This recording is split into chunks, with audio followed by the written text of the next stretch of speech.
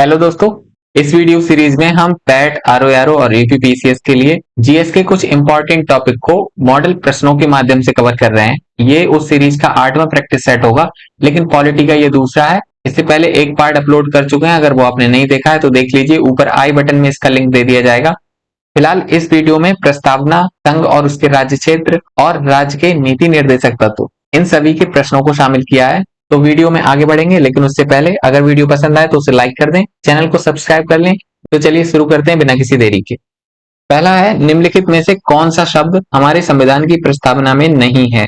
समाजवादी, संप्रभुता, पंथ निरपेक्ष या साम्यवादी। अगर संविधान की आप प्रस्तावना पढ़ेंगे तो पाएंगे उसमें समाजवादी शब्द का भी जिक्र किया गया है, संप्रभुता का भी जिक्र किया गया है, पंथ निरपेक्ष भी है, लेकिन साम्यवादी शब्द का कहीं भी जिक्र नहीं किया गया है। तो इसीलिए ऑप्शन डी सही हो जाएगा, साम्यवादी।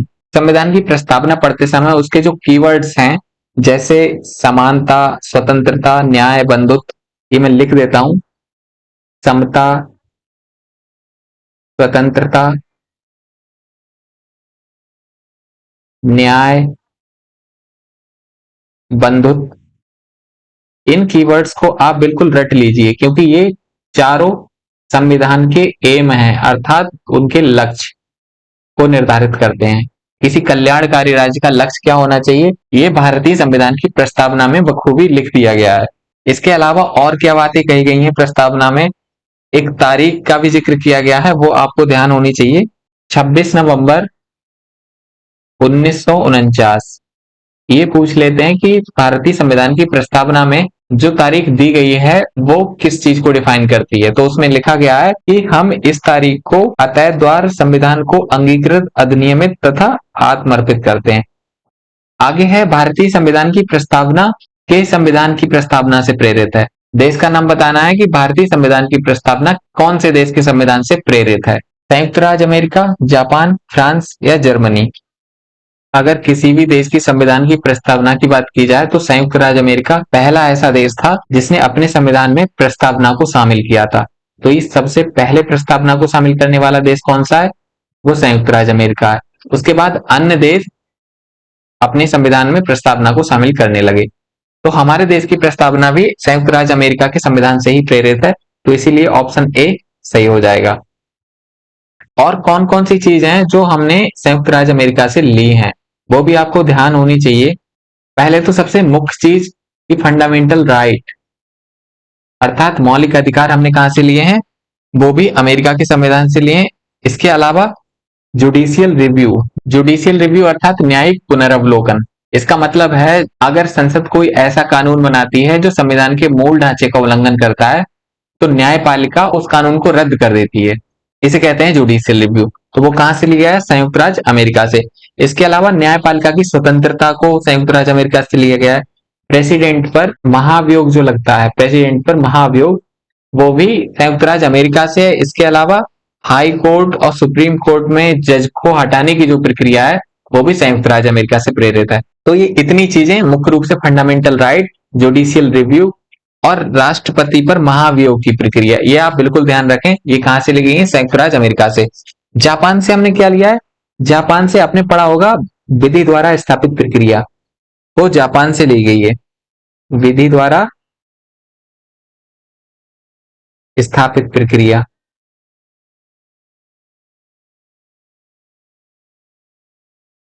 और अगर बात की जाए फ्रांस के संविधान से, तो फ्रांस से हमने गणतंत्रात्मक व्यवस्था ली है, गणतंत्र। इसके अलावा जो भारत की प्रस्तावना में स्वतंत्रता, समानता, बंधुत्व का जो आदर्श है, ये 3 वर्ड्स जो पहले लिख चुका हूं मैं, स्वतंत्रता, समानता, समानता और समता का एक ही अर्थ होता है, और बंधुत्व, इन तीनों का आदर्श ये भी कहां से?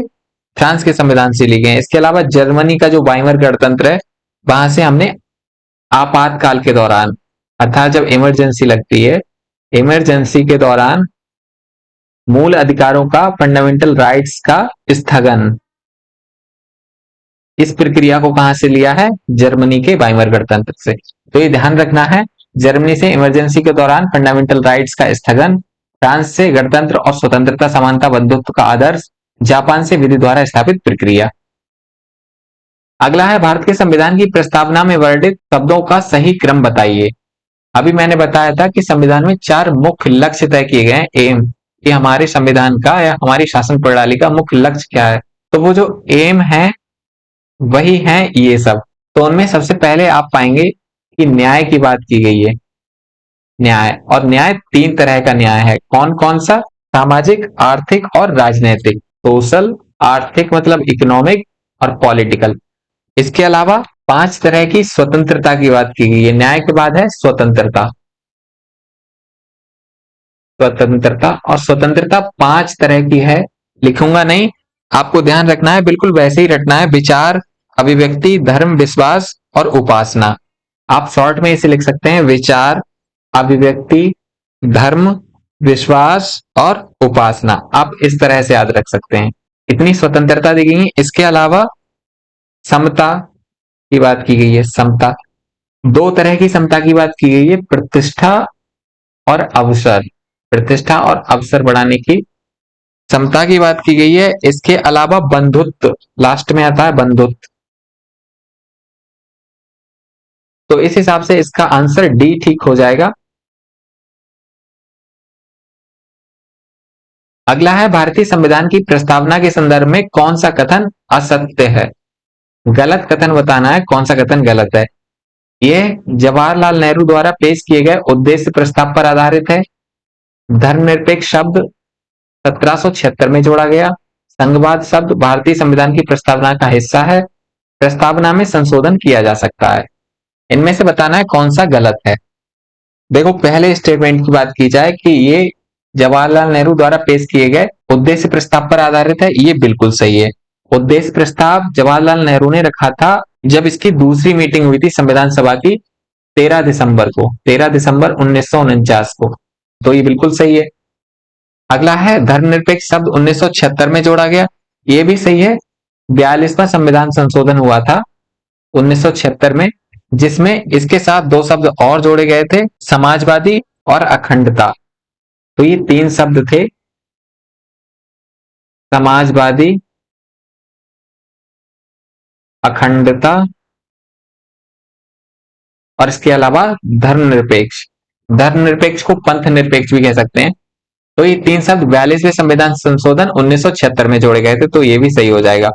अगला है संघवाद शब्द भारतीय संविधान की प्रस्तावना का हिस्सा है, ये गलत हो जाएगा क्योंकि प्रस्तावना में कहीं भी संघवाद का जिक्र नहीं किया गया है। संघ से संबंधित शब्द केवल संविधान के अनुच्छेद 1 में हल्का सा चर्चा में लाया गया है कि भारत राज्यों का एक संघ होगा। तो प्रस्तावना में ये नहीं दिया है, तो इस हिसाब से ऑप्शन सी आपका सही हो जाएगा। अगला है प्रस्तावना में संशोधन किया जा सकता है, ये बिल्कुल सही है। इस संबंध में आपको 2 मामले याद रखने चाहिए, अर्थात 2 केस, जिनका नाम है, पहला बेरुवाड़ी केस, बेरुवाड़ी केस ये हुआ था 1960 में। इसके अलावा दूसरा केशवानंद, केशवानंद भारती, ये बहुत ही फेमस केस है 1973 का। बेरुवाड़ी केस में सर्वोच्च न्यायालय ने प्रस्तावना के संदर्भ में कहा था कि प्रस्तावना संविधान का भाग नहीं है, इसीलिए इसमें संशोधन नहीं किया जा सकता। लेकिन बाद में 1973 में ये बात कही गई कि प्रस्तावना भी संविधान का भाग है, उसमें संशोधन किया जा सकता है, लेकिन उन चीजों में संशोधन नहीं किया जा सकता जो इसके मूल स्ट्रक्चर का हिस्सा है, अर्थात बेसिक स्ट्रक्चर का हिस्सा है। तो बेसिक स्ट्रक्चर का कंसेप्ट भी 1973 में केशवानंद भारती में आया था, ये आपको पता होगा। तो ये भी सही हो जाता है। अगला है संविधान की प्रस्तावना की कानूनी प्रकृति क्या है। ये प्रवर्तनीय है। प्रवर्तनीय का मतलब होता है क्या उसे न्यायालय द्वारा लागू करवाया जा सकता है। अगर इन चीजों का उल्लंघन होगा तो क्या नागरिकों द्वारा न्यायालय से उसे लागू करवाया जा सकता है, उसे प्रवर्तनीय कहते हैं। तो क्या ये प्रवर्तनीय है या ये प्रवर्तनीय नहीं है, इसे विशेष परिस्थितियों में लागू किया जा सकता है या इनमें से कोई नहीं। प्रस्तावना की प्रकृति के बारे में बताना है।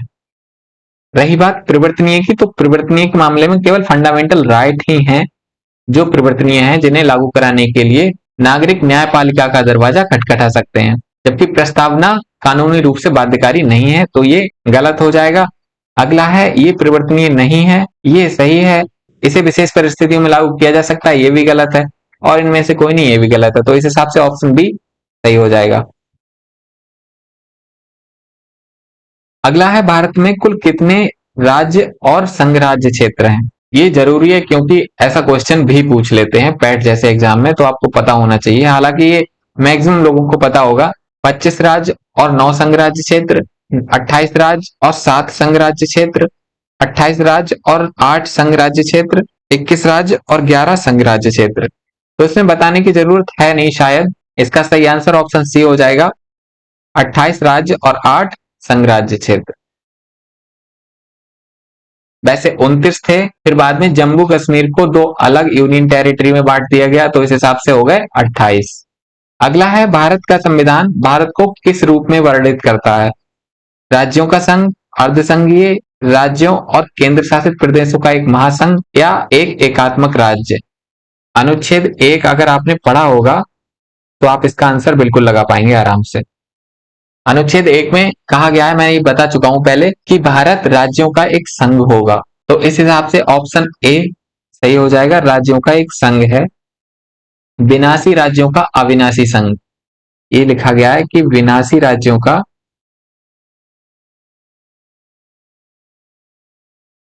अविनाशी संघ। इसका मतलब है कि राज्यों का विनाश किया जा सकता है, अर्थात राज्यों को कम किया जा सकता है, बढ़ा दिया जा सकता है, उनका सीमांकन किया जा सकता है, उनका पुनर्सीमन किया जा सकता है, लेकिन संघ बना रहेगा।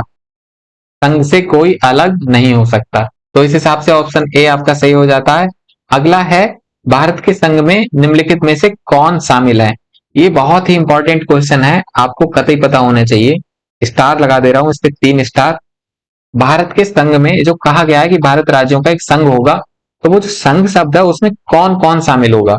सभी राज्य एवं संघ शासित क्षेत्र, राज्य एवं भविष्य में अधिग्रहित किए जा सकने वाले क्षेत्र, राज्य, संघ शासित क्षेत्र तथा भविष्य में अधिग्रहित किए जा सकने वाले क्षेत्र। अनुच्छेद 1 2 बातों का जिक्र करता है। अनुच्छेद 1 उसमें कहा गया है, एक जो पहले बता चुके हैं कि भारत राज्यों का एक संघ होगा, राज्यों का संघ होगा। इसके अलावा दूसरा प्रावधान है भारतीय क्षेत्र को लेकर, भारतीय क्षेत्र। तो इस क्वेश्चन में पूछा है ये वाला, अर्थात संघ में सभी राज्य शामिल होंगे। तो केवल राज्य शामिल होते हैं, जो पूर्ता राज्य है उनको शामिल किया जाता है भारतीय संघ में। इसके अलावा जो भारतीय क्षेत्र है उनमें राज्य भी शामिल होते हैं, राज्यों का क्षेत्र जो भारत के संघ का हिस्सा होते हैं। इसके अलावा संघ राज्य क्षेत्र अर्थात यूनियन टेरिटरीज होती हैं। इसके अलावा सरकार जिन्हें भविष्य में अधिग्रहित कर सकती है, ये वाले जो हैं। तो अगर पूछ ले कि भारतीय संघ में कौन शामिल होगा, तो उसमें केवल राज्य आते हैं, ना कि संघ शासित क्षेत्र भी शामिल होते हैं। अगला है, निम्नलिखित में से कौन सा आयोग राज्यों के पुनर्गठन से संबंधित नहीं है? धर आयोग, जेबीपी समिति, फजल अली आयोग या सरकारी आयोग? तो ये सरल क्वेश्चन है, बता सकते हैं आप। धर आयोग, इसका गठन हुआ था 1948 में। धर के तुरंत बाद जेबीपी का गठन हुआ था, ये था 1948 में, लेकिन ये इसके बाद है, ये ध्यान रखेंगे 1948। इसके अलावा फजल अली आयोग, ये 1953 की बात है। सरकारी आयोग 1983 में गठित हुआ था और 1987 में इसने अपनी रिपोर्ट दी थी। तो राज्यों के पुनर्गठन से सरकारी आयोग ही संबंधित नहीं है, इसका संबंध है केंद्र और राज्यों के संबंधों से, अर्थात सेंटर स्टेट रिलेशन से। शुरुआती इन 3 आयोगों का गठन किया गया था, ये बताने के लिए कि भाषा के आधार पर प्रांतों का गठन करना उचित होगा या नहीं। तो इन दोनों आयोग ने इसको रद्द कर दिया गया था कि भाषा के आधार पर प्रांतों का गठन नहीं करना चाहिए, जबकि प्रशासनिक सुविधा को ध्यान में रख के करना चाहिए। फजल अली आयोग ने यह सुझाव दिया था कि भाषा के आधार पर प्रांतों का गठन करना उचित रहेगा, लेकिन इसको प्रमुख वजह नहीं बनाया जाए, अर्थात एक भाषा एक राज्य को अस्वीकार कर दिया गया। और इन्होंने कहा था कि मूल संविधान में जो 4 आयामी राज्यों का वर्गीकरण किया गया है उसे समाप्त करके 16 राज्य बनाए जाएं और 3 यूटी अर्थात संघ राज्य बनाए जाएं। अगला है, निम्नलिखित में से किस संशोधन अधिनियम के तहत भारत संघ में सिक्किम को सम्मिलित किया गया था? ये बहुत इंपॉर्टेंट क्वेश्चन है। सिक्किम को पूर्ण राज्य का दर्जा कब दिया गया, सिक्किम को संघ में शामिल कब किया गया। तो सिक्किम के बारे में कुछ इतिहास आपको मालूम होना चाहिए। इसकी पूरी हिस्ट्री तो यहाँ डिस्कस नहीं कर सकते, लेकिन 1947 तक यहाँ पर एक शाही राज्य का शासन था, चोंग्याल शासन बोलते थे उस समय, 1947 तक। 1947 चोग्याल वंश का शासन था, ये क्वेश्चन नहीं आएगा। उसके बाद में जब ब्रिटिश शासन समाप्त हो गया तो सिक्किम को भारत के द्वारा रक्षित किया गया और बाद में 35वें संविधान संशोधन के द्वारा इसे सहयोगी राज्य का दर्जा दिया गया। सहयोगी राज्य, यहां पर सहयोगी राज्य का दर्जा दिया जाएगा। फिर फाइनली अगले साल अर्थात 1975 में, ये 1974 की बात है, 1975 में जब संविधान संशोधन होता है 36वां, उसमें इसे पूर्ण राज्य का दर्जा दिया जाता है और भारत संघ में शामिल किया जाता है। तो पूर्ण राज्य का दर्जा अगर पूछ ले तो आप लगाएंगे 1975 में। ये भी पूछ ले भारतीय संघ में कब शामिल किया गया, तब भी ये वो 1975 ही होगा। 36वां संविधान संशोधन अधिनियम, ये ध्यान रखना है। अगला है निम्नलिखित राज्यों को उनके गठन के वर्ष के अनुसार बढ़ते क्रम में सजाइए। किसका गठन पहले हुआ था, उसके बाद किसका हुआ, उसके बाद। गुजरात, हिमाचल, नागालैंड, सिक्किम, ये चारों ऑप्शन पढ़ लीजिए आप और बताइए कौन सा सही होगा। ये सभी याद रखने जरूरी है और ये ट्रिक से जल्दी याद होते हैं, ऐसे याद भी नहीं होते हैं। अगर आप कोई ट्रिक बना के लगाएंगे तो आप इन्हें आराम से याद कर सकते हैं। और ट्रिक कुछ आप यूट्यूब पे देख लीजिए, वरना आप खुद भी बना सकते हैं सबसे अच्छा। जैसे मैंने जब याद किया था तो उस समय इनकी ट्रिक्स बनाई थी। गुनाह है, एक मंत्री है, मंत्री मेघा का एक पर्सन है जिनका नाम है सिकमी अरुण। सिकमी अरुण, मंत्री मेघा का सिकमी अरुण के साथ गोवा, कौमा छत्तीसगढ़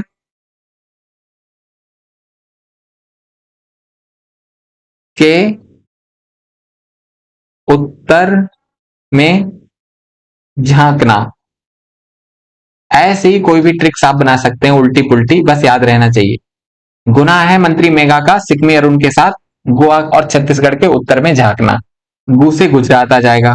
गुजरात का गठन सबसे पहले हुआ था 1960 में, तो गुजरात पहले आ जाएगा। तो इस हिसाब से ये ऑप्शन एलिमिनेट हो जाते हैं दो, नागालैंड तो नहीं होगा।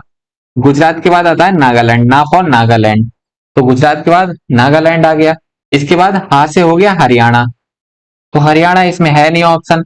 अगले है से हो गया हिमाचल प्रदेश, तो ये हिमाचल हो जाएगा। तो इस हिसाब से ऑप्शन बी आपका सही हो जाएगा। इसमें सारे वर्ड्स का मतलब क्या है, सारे अक्षरों का। गुनाह है तक आपने देख लिया। मंत्री फॉर मणिपुर हो गया, मणिपुर, त्रा से त्रिपुरा हो गया। फिर मंत्री मेघा मतलब मेघालय, सिक्किमी अर्थात सिक्किम और मिजोरम। इसके अलावा अरुणाचल प्रदेश, अरुण से अरुणाचल प्रदेश हो जाएगा। के का कोई मतलब नहीं है, सात का भी कोई मतलब नहीं है। उसके बाद आएगा गोवा जो 25वां राज्य बना था। फिर छत्तीसगढ़, उत्तराखंड जो उत्तर प्रदेश से अलग होकर बना, और फिर झारखंड। इनको आप याद रख सकते हैं। इसके बाद में तेलंगाना का गठन होता है। फिर बाद में जम्मू कश्मीर का तो आप जान ही रहे हैं सब, अभी राज्य नहीं है हालांकि वो। तो ये ऐसे कुछ ट्रिक्स बना के आप याद कर सकते हैं। अगला है देशी रियासतों के एकीकरण में सरदार पटेल के अलावा निम्नलिखित में से किन दो व्यक्तियों की प्रमुख भूमिका रही। लॉर्ड माउंटबेटन एवं कृष्णमाचारी, बीपी मेनन एवं लॉर्ड माउंटबेटन, बीपी मेनन एवं अंबेडकर, अंबेडकर एवं कृष्णमाचारी। कुल कितनी देशी रियासतें थी आपको मालूम होगा, 552। और इन देशी रियासतों को भारत के संघ में शामिल करना अर्थात पूरा एक भारत देश बनाना, ये बहुत ही चुनौतीपूर्ण काम था। इस काम को बखूबी सरदार पटेल ने बहुत अच्छे से, शानदार तरीके से, प्यार से और बल के द्वारा सब तरह से शामिल कर ही लिया। सरदार पटेल के साथ दो अन्य व्यक्ति थे जिन्होंने इनके साथ काम किया था, जिनमें से एक भारतीय थे, उनका नाम था बीपी मेनन, और एक लॉर्ड माउंटबेटन। तो इस हिसाब से आपका ऑप्शन बी सही हो जाएगा, बीपी मेनन एवं लॉर्ड माउंटबेटन। अगला है रियासतों के भारत में विलय के बाद किन किन रियासतों ने भारत में शामिल होने में विलंब किया। ये बहुत व्यवहारिक क्वेश्चन है, पता होना चाहिए आपको। सारा मामला जो अभी जम्मू कश्मीर को लेकर है वो इसी वजह से है। तो वो कौन सी रियासतें थी जिन्होंने विलंब किया था। कुल रियासतें कितनी थी, 500। 52, जिनमें से 549 ने तो हस्ताक्षर कर दिए थे विलय पत्र पर, लेकिन 3 रह गई थी। वो 3 कौन सी थी? एक तो थी उनमें से जूनागढ़, दूसरी हैदराबाद और तीसरी जम्मू कश्मीर। तो ये तीनों ऑप्शन बी सही हो जाएगा। जूनागढ़, इसमें तो बाद में जनमत संग्रह करा लिया था तो ये शामिल हो गया था। जूनागढ़ जनमत संग्रह से ऐसे याद रखना है, ज फॉर जूनागढ़ और ज फॉर जनमत संग्रह। बाद में हैदराबाद, ये भारत में शामिल होने में बहुत नौटंकी कर रहा था तो यहाँ पर पुलिस कार्रवाई की गई, तो हैदराबाद पुलिस कार्रवाई के द्वारा। बाद में जम्मू कश्मीर, जम्मू कश्मीर के राजा पर जब हमला हुआ था बाद में, तो उन्होंने भाग के आके भारत के विलय पत्र पर हस्ताक्षर किए। क्योंकि ये हस्ताक्षर जो निश्चित तिथि थी उसके बाद हुए थे, इसीलिए पाकिस्तान और भारत में इसको लेकर तनातनी होती रहती है। पाकिस्तान कहता है कि जबरन भारत में शामिल किया गया था इसे। भाषा के आधार पर गठित प्रथम राज्य कौन सा था? ये अगेन बहुत इंपॉर्टेंट क्वेश्चन। भाषा के आधार पर गठित पहला राज्य कौन सा था? गुजरात, नागालैंड, आंध्र प्रदेश या तेलंगाना? अभी जो फॉर्मूला बताया था वो इस राज्य के बाद से गठित होना शुरू हुए थे। भाषा के आधार पर बहुत पहले से एक राज्य गठित हो चुका था। वो आप बताएंगे कौन सा है इनमें से? इसका सही answer option C, Andhra Pradesh. Andhra Pradesh का गठन 1953 में ही हो गया था, 1953 में। और इसके गठन को लेकर बहुत तगड़ा विद्रोह भी हुआ था, और उस विद्रोह में एक कांग्रेसी कार्यकर्ता थे जिनका नाम था पोट्टी श्री रामुलू, पोट्टी श्री रामुलू। इनका निधन हो गया था भूख हड़ताल के कारण। हड़ताल की थी इन्होंने, इसके कारण इनका निधन हो गया था। बाद में वो लोग जो तेलुगु भाषा बोलते थे उनको मिलाकर और मद्रास से अलग करके एक नया राज्य बनाया जिसका नाम था आंध्र प्रदेश। तो आंध्र प्रदेश में तेलुगु भाषा वाले लोग हैं। तो आंसर कौन सा सही हो जाएगा? Option C, Andhra Pradesh. अगला है राज्य पुनर्गठन अधिनियम कब पारित किया गया? 1950, 1952, 1956 या 1949? जब भाषा के आधार पर राज्यों के गठन की मांग बढ़ने लगी थी तब उसी क्रम में 3 मुख्य समितियां आई थी, धर आयोग, जेबीपी समिति और फजल अली आयोग। फजल अली आयोग के बाद अधिनियम आता है राज्य पुनर्गठन अधिनियम 1956। तो इसका सही आंसर हो जाएगा ऑप्शन सी, 1956। 1956 में संविधान में 7वां संशोधन भी किया गया, 7th अमेंडमेंट। ये 1956 में ही हुआ था। ये ध्यान रखना है कि इसके तहत 14 राज्य, 14 स्टेट और 6 यूनियन टेरिटरी अर्थात संघ राज्य क्षेत्र बनाए गए थे। अगला है किस वर्ष गोवा शहर एवं अन्य पुर्तगाली बस्तियों को भारतीय संघ का हिस्सा बनाया गया? ये बहुत अच्छा क्वेश्चन है और ध्यान भी रहना चाहिए आपको। भारत को आजादी मिल गई थी लेकिन उसके बाद भी पुर्तगाली भारत के कुछ क्षेत्रों पर अपना प्रभुत्व छोड़ने के लिए तैयार नहीं थे। तो गोवा के अलावा दमन द्वीप भी हैं जिनमें पुलिस कार्यवाही की गई, तब कहीं जाके पुर्तगालियों को यहाँ से भगा मिला। अगर सभी यूरोपियों को आप देखेंगे ना तो उन सब में अच्छे थे अंग्रेज ही, जिन्होंने भारत में कुछ सुधार भी किए। परेशान तो बहुत किया लेकिन बाद में वो एक समय पे छोड़ के चले गए। किस हाल में छोड़ के गए, कैसे छोड़ के गए, वो तो सब जानते ही हैं। कितना दंगा फसाद अभी तक चल रहा है। लेकिन अगर पुर्तगाली और फ्रांसीसी रह गए होते तो सोचो, पुर्तगाली कहाँ 1961 में जा पाए फाइनली, जब गोवा को भारत में शामिल किया गया। तो गोवा 1961 में शामिल हुआ था। बाद में 12वें संविधान संशोधन में इसे केंद्र शासित राज्य बनाया। फिर 56वां संविधान संशोधन होता है 1987 में, 56th अमेंडमेंट, उसके द्वारा इसे पूर्ण राज्य का दर्जा दिया जाता है। पूर्ण राज्य का दर्जा दिया जाता है और दमन और दीव को अलग करके संघ शासित क्षेत्र बना देते हैं। अगला है भारत में एक नया राज्य सृजित करने वाला विधेयक को पारित होना अनिवार्य है। अगर कोई नया राज्य बनाना चाहते हैं तो उस विधेयक को किस प्रक्रिया से पारित होना आवश्यक है? विशेष बहुमत से, साधारण बहुमत से, विशेष बहुमत तथा कम से कम आधे राज्यों की सहमति, या साधारण बहुमत तथा कम से कम आधे राज्यों की सहमति। विशेष बहुमत का मतलब होता है संसद में उपस्थित जो सदस्य हैं उनका 2/3 बहुमत, 2/3, उसको विशेष बहुमत कहते हैं। साधारण बहुमत का मतलब होता है 50% प्लस 1। विशेष बहुमत तथा कम से कम आधे राज्यों की सहमति, विशेष बहुमत तो वही 2/3 हो गया, और आधे राज्यों की सहमति भी चाहिए होती है कुछ केस में। अगर आप संविधान संशोधन की प्रक्रिया पढ़ेंगे तो संविधान में 3 तरह से संशोधन किया जा सकता है, एक साधारण बहुमत, एक विशेष बहुमत और एक विशेष बहुमत प्लस आधे राज्यों की सहमति। हालांकि जो साधारण बहुमत है वो अनुच्छेद 368 अर्थात जो संविधान संशोधन को डिफाइन करता है उसके अंतर्गत नहीं आता। साधारण बहुमत इसमें नहीं आता है, ये ध्यान रखना है। साधारण बहुमत नहीं।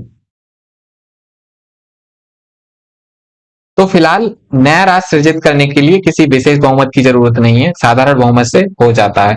राष्ट्रपति की पूर्व अनुमति लेनी पड़ती है और साधारण बहुमत से सारे काम हो जाते हैं।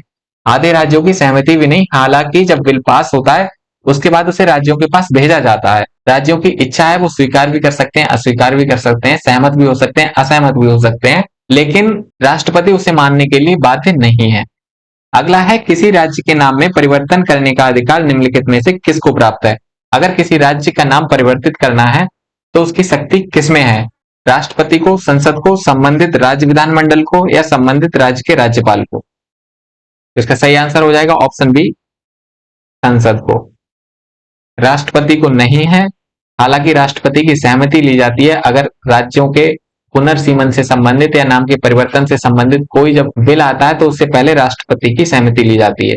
राज्यों के विधानमंडल की इसमें कोई रोल नहीं है, ना ही राज्यों के राज्यपाल का कोई रोल है। तो इस हिसाब से ऑप्शन बी आपका सही हो जाएगा। अगला है, मूल संविधान में राज्यों को कितने वर्गों में रखा गया था?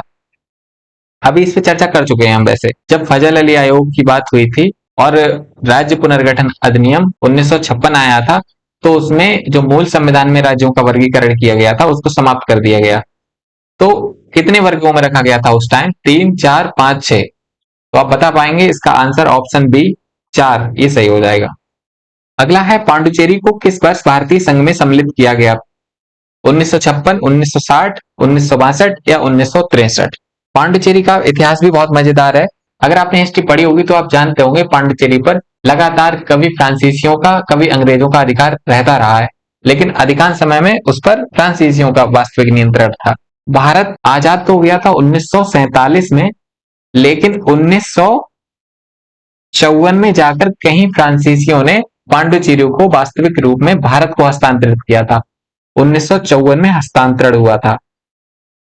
हस्तांतरण अर्थात पांडुचेरी को भारत को सौंप दिया। अब सोचो आप, फ्रांसीसी 1954 में गए हैं, पुर्तगाली 1961 में गए हैं, बाद में 1962 में 14वां संविधान संशोधन होता है, 14th अमेंडमेंट।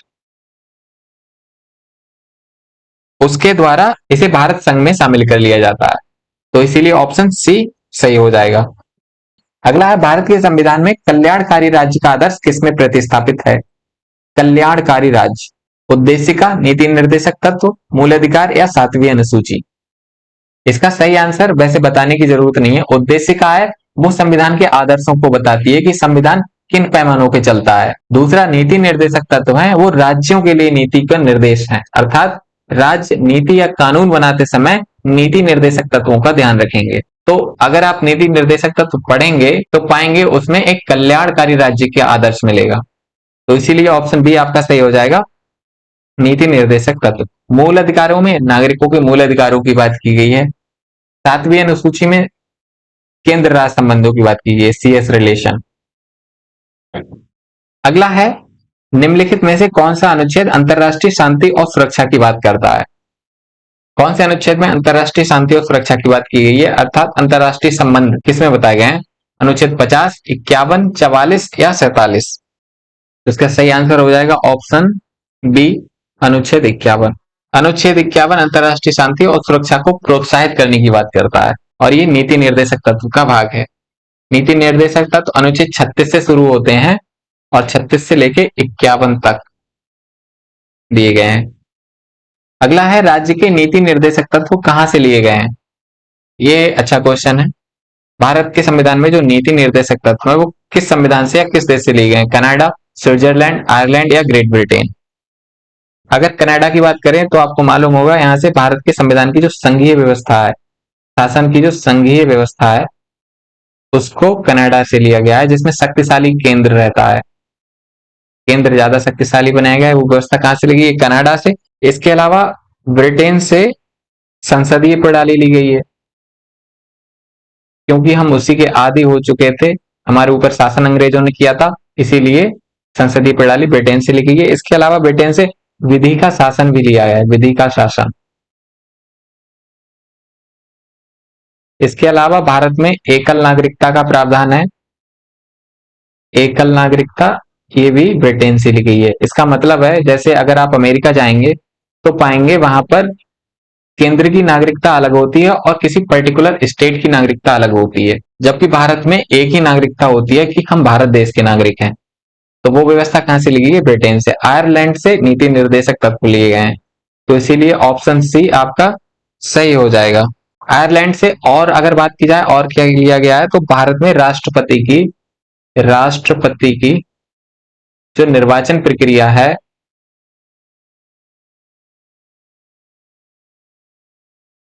उसे आयरलैंड से लिया गया है। अगला है सभी नागरिकों, स्त्री और पुरुष को समान रूप से जीविका के पर्याप्त साधन प्राप्त करने का अधिकार किस अनुच्छेद में है? अनुच्छेद 36, अनुच्छेद 37, अनुच्छेद 38 या अनुच्छेद 39? फंडामेंटल राइट से लेके ये राज्य के नीति निर्देशक तत्व तक जितने अनुच्छेद हैं वो सारे रट लीजिए। तो फिलहाल ये बताना है जीविका के पर्याप्त साधन प्राप्त करने का अधिकार किस अनुच्छेद में है? अनुच्छेद 36 की अगर बात करूं तो इससे शुरुआत ही होती है नीति निर्देशक तत्वों की, जिसमें राज्य की परिभाषा दी गई है कि राज्य है क्या। और ये परिभाषा सेम अनुच्छेद 12 की तरह ही है। अनुच्छेद 37 में जो नीति निर्देशक सिद्धांत हैं उन सिद्धांतों को लागू करने की बात की गई है। इसके अलावा अनुच्छेद 38 ये बहुत इंपॉर्टेंट है, जन कल्याण के लिए सामाजिक व्यवस्था को बनाने के लिए बात की है इसमें, जल कल्याण। और इसमें बहुत सारी चीजें शामिल हैं। इसके अलावा अनुच्छेद 39 जिसमें सभी नागरिकों के लिए समान रूप से जीविका के पर्याप्त साधन विकसित करने के अधिकार की बात की गई है कि राज्य ऐसी कोशिश करेगा। अगला है किस संविधान संशोधन द्वारा पर्यावरण से संबंधित प्रावधान नीति निर्देशक तत्वों का भाग बने? पर्यावरण से संबंधित प्रावधान 42वें संविधान संशोधन से, 44वें संविधान संशोधन से, 46वें से या 47वें से? तो इसका सही आंसर हो जाएगा ऑप्शन ए, 42वें संविधान संशोधन से। 42वें संविधान संशोधन में कई निर्देशक तत्व जोड़े गए थे। इसके अलावा दो और याद रखने चाहिए आपको, एक 39A और एक 43A। और ये वाला जो पर्यावरण से संबंधित है वो 48A है, 48A। तो ये तीन जोड़े गए थे, 48A, जिसमें 39A निशुल्क विधि सहायता की बात करता है और 48A तो हो ही गया पर्यावरण और वन्य जीवों के संरक्षण की बात करता है। अगला है नीति निर्देशक तत्वों के संबंध में निम्नलिखित कथनों में सही कथन क्या है? कानून बनाते समय इन तत्वों का ध्यान रखना राज्य का कर्तव्य है, ये बता चुके हैं। निर्देशक तत्व है ही इसीलिए कि राज्य कानून बनाते समय इन चीजों का ध्यान रखे। दूसरा है निर्देशक तत्वों को न्यायपालिका का संरक्षण प्राप्त है। तीसरा है न्यायालय द्वारा परिवर्तनीय है। और चौथा है निर्देशक तत्वों को राज्य लागू करने के लिए बाध्य है। तो कौन सा सही पूछा है? तो ऑब्वियसली ऑप्शन ए ही सही हो जाएगा। अगला है निम्नलिखित में से कौन सा राज्य के नीति निर्देशक तत्वों में सम्मिलित है? अपराधों के लिए दोष सिद्धि के संबंध में संरक्षण, प्राण और दैहिक स्वतंत्रता का संरक्षण, यहां दहेज लिख दिया गया है, ये दैहिक होगा, दैहिक। अल्पसंख्यक वर्गों का हितों का संरक्षण या समान कार्य के लिए समान वेतन, इनमें से कौन सा निर्देशक तत्व है? तो ये जो तीन आप देख रहे हैं ये फंडामेंटल राइट हैं अगर आपको याद हो तो, और जो डी है वो निर्देशक तत्व है, इसीलिए ऑप्शन डी सही हो जाएगा। अगला है निम्नलिखित में से कौन सा राज्य के नीति निर्देशक तत्वों का भाग नहीं है? यहां बताना है कौन सा भाग नहीं है। न्यायपालिका का कार्यपालिका से अलगाव, राष्ट्रीय महत्व के स्थानों एवं वस्तुओं का संरक्षण, समान न्याय एवं निःशुल्क कानूनी सहायता, सार्वजनिक संपत्ति को सुरक्षित रखने तथा हिंसा से दूर रहना। ये आप लगा सकते हैं कॉमन सेंस पे, इस पे थोड़ी बहुत चर्चा कर चुके हैं हम। जहां तक बात है कार्यपालिका का न्यायपालिका से अलगाव अर्थात पृथककरण, ये अनुच्छेद 50 की बात है और अनुच्छेद 50 नीति निर्देशक तत्वों का भाग है, तो ये तो होगा नहीं। राष्ट्रीय महत्व के स्थानों एवं वस्तुओं का संरक्षण, ये अनुच्छेद 49 की बात है और 49 नीति निर्देशक तत्व का भाग है, तो ये भी नहीं होगा। समान न्याय एवं निःशुल्क कानूनी सहायता, ये अभी बात की गई थी, 39A की बात है, तो ये भी नहीं होगा। तो ऑप्शन डी सही हो जाएगा क्योंकि ये निर्देशक तत्व का भाग नहीं है बल्कि ये फंडामेंटल ड्यूटी अर्थात मूल कर्तव्यों का भाग है। अगला है निम्नलिखित में से कौन सा निर्देशक तत्व समाजवादी सिद्धांत पर आधारित है? समाजवादी सिद्धांत। निर्देशक तत्वों को तीन कैटेगरी में बांटा गया है, एक तो समाजवादी हो ही गया और जो दो अन्य हैं उनमें एक है उदार बौद्धिक और एक है गांधीवादी, जो गांधीवादी आदर्शों से प्रेरित हैं। तो फिलहाल बताना है कौन सा समाजवादी सिद्धांत पर आधारित है। अगर आप सबको पढ़ लेंगे और इन सिद्धांतों के बारे में जानते होंगे तो आसानी से लगा पाएंगे। सभी को समान कार्य के लिए समान वेतन, समान और मुफ्त कानूनी सहायता, यहाँ ये समान होगा, सामान्य नहीं, समान। इसके अलावा समान नागरिक संहिता, ग्रामीण क्षेत्रों में कुटीर उद्योग विकसित करना। ऑब्वियसली इसका ऑप्शन डी हो जाएगा, क्योंकि कुटीर उद्योगों की बात करने की बात कहते थे गांधी जी, तो ये गांधीवादी सिद्धांत है। अगला है सही सुमेलित नहीं है, ये बताना है इनमें से कौन सा सही सुमेलित नहीं है। इन पे चर्चा कर चुके हैं। अनुच्छेद 39A समान और मुफ्त कानूनी सहायता की बात करता है, तो ये सही सुमेलित है। अनुच्छेद 40 ग्राम पंचायतों के गठन की बात करता है, ये भी सही है। अनुच्छेद 44 समान नागरिक संहिता की बात करता है, ये भी सही है। ये तो आप रट लीजिए, अनुच्छेद 40 ग्राम पंचायतों के गठन की बात करता है। इसे आप याद ऐसे रख लें कि 4 दो समान डिजिट हैं, तो इसीलिए ये समान नागरिक संहिता की बात करता है। अनुच्छेद 48 कार्यपालिका का न्यायपालिका से पृथककरण, इसकी बात नहीं करता है, बल्कि ये कृषि एवं पशुपालन की बात करता है। कृषि एवं पशुपालन।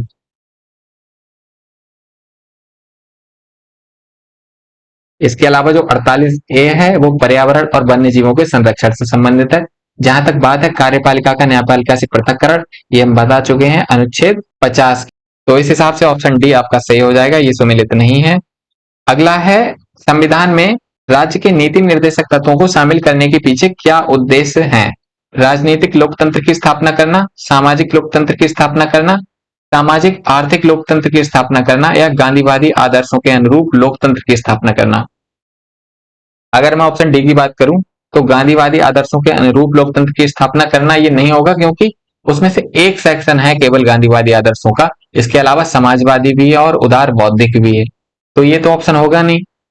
पहला है राजनीतिक लोकतंत्र की स्थापना करना, राजनीति को आगे बढ़ावा देने के लिए, युवाओं में जागरूकता बढ़ाने के लिए, अपने अधिकारों को जानने समझने के लिए जो प्रावधान किए गए हैं वो फंडामेंटल राइट में है, तो ये भी नहीं होगा। राजनीतिक लोकतंत्र फंडामेंटल राइट स्थापित करते हैं, ना कि राज्य के नीति निर्देशक तत्व। सामाजिक लोकतंत्र ये भी नहीं होगा अकेला, जबकि सामाजिक आर्थिक लोकतंत्र की स्थापना करना ये ज्यादा अप्रोप्रिएट आंसर है, तो इसीलिए ऑप्शन सी सही हो जाएगा इसका। अगला है नीति निर्देशक तत्वों का क्रियान्वयन निम्नलिखित में से किस पर निर्भर करता है। स्वतंत्र न्यायपालिका पर, राष्ट्रपति की इच्छा पर, सशक्त विपक्ष पर, या सरकार के पास उपलब्ध संसाधनों पर।